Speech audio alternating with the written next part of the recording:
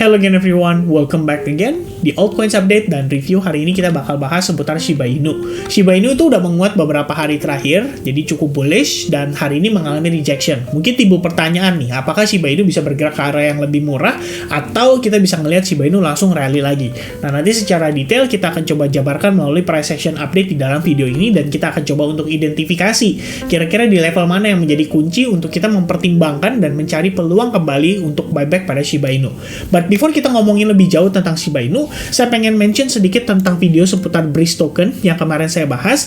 Tujuan awal saya ngebahas token itu adalah karena pertama banyak sekali yang nanyain dan terus terang dari dulu banget ini Breeze token sering banget di-mention di dalam YouTube video saya, tapi kebanyakan oleh orang-orang bule nih, dan saya khawatir sebenarnya ini adalah token yang bisa dibilang tidak mengarah ke arah yang baik gitu ya. Tapi di sini kembali lagi, ini kan opini saya pribadi. Teman-teman, di sini saya tidak berhak untuk menentukan apakah token itu bagus atau token itu jelek gitu ya. Dan saya rasa teman-teman suka atau tidak suka terhadap suatu token itu adalah keputusan pribadi. Jadi bukan tugasnya saya untuk ngasih tahu ke teman-teman bahwa token ini bagus dan kalian harus beli. Melainkan itu adalah keputusan pribadi dari hasil research, baik itu secara fundamental, baik itu secara community ataupun price action dan lain-lain sebagainya gitu ya. Jadi teman-teman sekalian, kecerdasan keuangan teman-teman pasti tinggi dan saya rasa untuk masalah pengambilan keputusan itu sudah paham bahwa segala sesuatu tuh di dalam financial market itu bergantung dari keputusan pribadi. Jadi saya sangat berharap teman-teman bisa memahami lebih jauh ya seputar apa yang saya sampaikan di video itu, bahwa itu adalah sekedar pandangan atau opini pribadi. Tidak ada bertujuan untuk misleading, tidak ada tujuan untuk memberikan teman-teman semacam sugesti ya bahwa ini koin bagus atau koin jelek ya dan lain sebagainya. Plus yang paling saya nggak suka nih ya, saya tidak ada bilang sama sekali bahwa siapapun yang beli token Breeze itu adalah orang-orang yang mungkin punya harapan besar tapi dari koin yang salah gitu. Karena teman-teman sekalian, untuk menjelaskan seputar hal ini mungkin saya akan pakai analogi. Sama aja kayak misalkan teman-teman mungkin suka mobil atau kendaraan gitu ya. Misalnya saya bilang siapapun yang beli mobil Tesla itu adalah orang bodoh. Ya, itu menurut saya bukan hak saya untuk mengatakan hal itu, karena orang tersebut ya bisa aja seleranya berbeda dengan saya. Jadi istilahnya di sini kita harus sama-sama dewasa aja, mengerti bahwa ya bisa dibilang kalau misalnya teman-teman suka dengan token tersebut, kalian punya kepercayaan, keyakinan akan token itu yang bisa terus berkembang dan memberikan teman-teman investment yang sesuai dengan harapan teman-teman, maka feel free untuk hold gitu ya. Dan kembali lagi di sini saya tidak mengadu argumen, jadi ya itu kembali lagi ke keputusan masing-masing. Intinya itu teman-teman sekalian. Alright, so kita bakal langsung masuk ke dalam Shiba Inu update. Sorry banget 3 menit pertama kepake untuk menjelaskan seputar hal itu, tapi saya rasa itu cukup penting karena akan berlaku di segala jenis altcoins atau video-video lain yang akan saya upload nantinya. Oke, so berbicara soal Shiba Inu, kabar baiknya adalah dalam beberapa hari terakhir, atau lebih tepatnya lebih kurang ya 1 pekan, hampir 2 pekan, itu Shiba Inu mengalami penguatan yang lumayan impulsif dari bottomnya di kisaran key support level yang kita sempat mention di video sekitaran 2 minggu lalu ya, 2 minggu lalu, dan nanjak terus nih teman-teman ya, sampai dengan topnya itu di sekitaran 25% so far. Dan saya rasa dengan kondisi Shiba Inu saat ini yang technically berhasil reclaim terhadap SNR di sini, kemudian juga dia berhasil break terhadap trendline yang terbentuk pada time frame daily, dan lebih penting lagi teman-teman, karena saya menggunakan VWAP ya, kalau kita lihat di sini ini adalah first swing untuk si Shiba Inu, kemudian konsolidasi dan dia create new low level. So technically kita punya 2 swing di situ, dan saya gunakan high point daripada swing yang sebelumnya sebagai anchor-nya untuk penempatan VWAP. Nah, setelah menggunakan VWAP, average price dengan volume yang besar itu berada di kisaran level 0,0074. Ya, the first time itu berhasil di break, teman-teman bisa lihat level itu menjadi yang namanya level support. Ya, after VWAP-nya dihajar, pullback, closing-nya tepat sekali di atas VWAP. Ya, jadi memang VWAP ini menurut saya cukup baik lah, tools yang menurut saya cukup oke. Kalau teman-teman mungkin mau pelajari menggunakan, kalian bisa search aja di dalam YouTube channel saya, cukup dengan ketik Kevin Saili VWAP. Nanti bakal keluar teman-teman. Di situ ada penjelasan nih how to use VWAP ya. Video update sekitar 2 bulan lalu, dan kalau kalian mau pelajari ya menurut saya ini worth it lah untuk dipelajari karena banyak banget orang-orang yang merasa terbantu dengan tools VWAP itu ya. Kita lanjut lagi. Dengan dia break terhadap trendline, posisi Shiba Inu, saya bisa bilang bahwa saat ini view-nya kita di time frame daily itu cenderung bullish ya. Namun tidak menutup kemungkinan akan ada progres koreksi dari penguatan yang terjadi dalam seminggu atau 2 minggu terakhir. Karena seperti yang tadi saya mention, penguatan so far sudah berlangsung lebih kurang sebanyak 25%. Belum ada retracement nih yang proper. Dan dengan rejection atau close candle hari ini, seandainya membentuk yang namanya kondisi seperti ini sebenarnya adalah bagian dari variasi ya. Variasi atas apa? Variasi atas namanya Three River Evening Star. Cuma bedanya di sini star pattern-nya itu ada 2 di atas ya. Jadi kalau kalian lihat itu back to back candle-nya 2 ya, berturut-turut membentuk yang namanya body kecil, dan itu memberikan arti kepada kita bahwa market itu indecisive. Jadi mereka ragu nih, ini mau diangkat lagi atau udah saatnya take profit ya.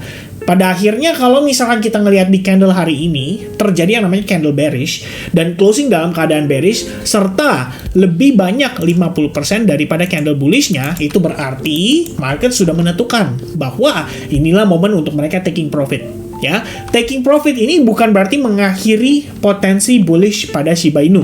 Jadi untuk sekedar informasi ke teman-teman, posisi saat ini kalau misalnya kita lihat sebagai pergerakan yang impulsif, maka any retracement saat ini itu bisa dikonsider sebagai pergerakan yang korektif ya. Tapi kita perlu lihat juga ya teman-teman ya.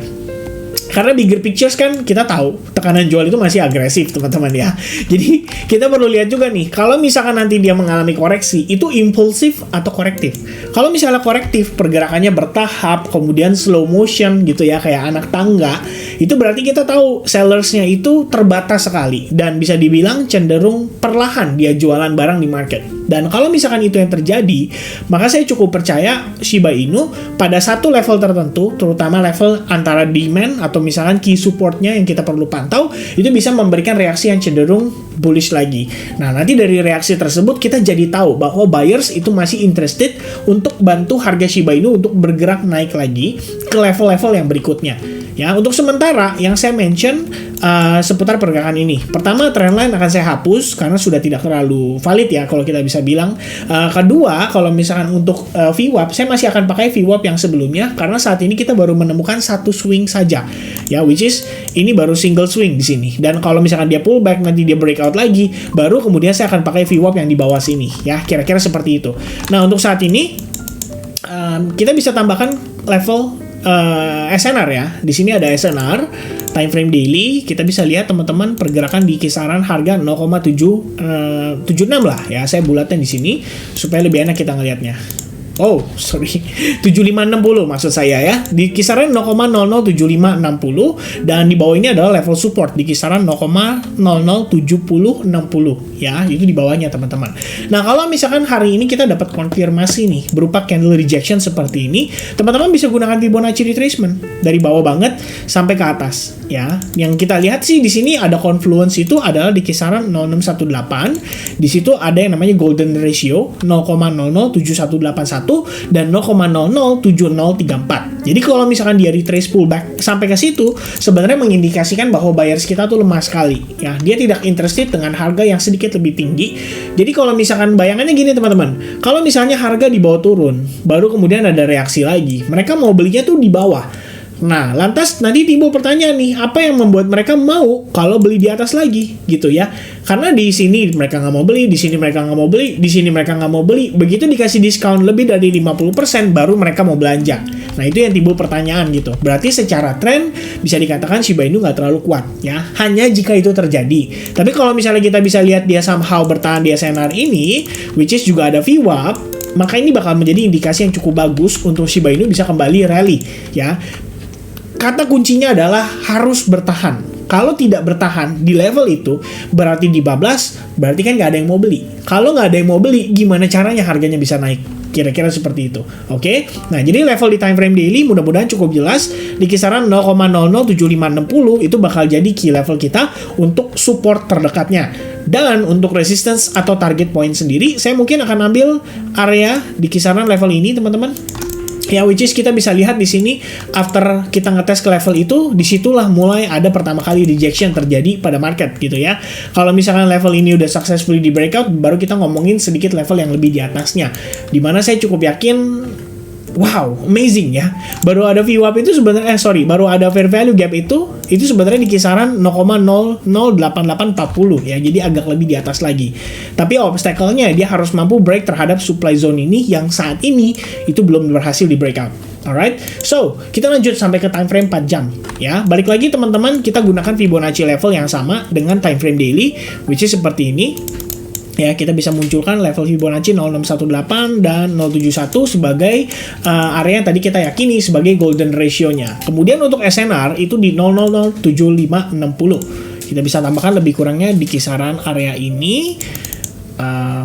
Oke, mungkin sedikit berbeda ya teman-teman dengan pergerakan pada time frame daily, karena kalau misalnya time frame 4 jam kita bisa lihat secara body candle itu ada yang lebih di atas. Jadi mungkin saya akan coba untuk adjust di kisaran level 0,0076 di sini ya. Dan ini merupakan round numbers. Jadi memang merupakan level psychology lah kalau kita bisa bilang. Nah, sementara ini adalah SNR-nya. Yang menarik kalau menurut saya, secara situasi saat ini saya bisa katakan kita masih single swing, karena teman-teman bisa lihat ya, di sini adalah high point terakhir berhasil di take out pada saat ini berhasil di break gitu ya.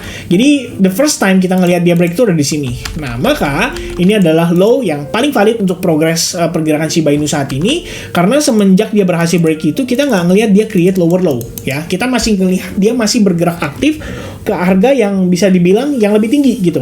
Nah, untuk saat ini kalau misalnya kita berbicara sedikit soal likuiditas di pasar, seandainya bigger players mau belanja, berarti kan mereka harus menciptakan environment untuk retail itu cenderung jual. Nah, pertanyaannya nih teman-teman, kalau dengan posisi saat ini kalian lihat chart, situasi apa yang bikin para retail itu bisa jualan?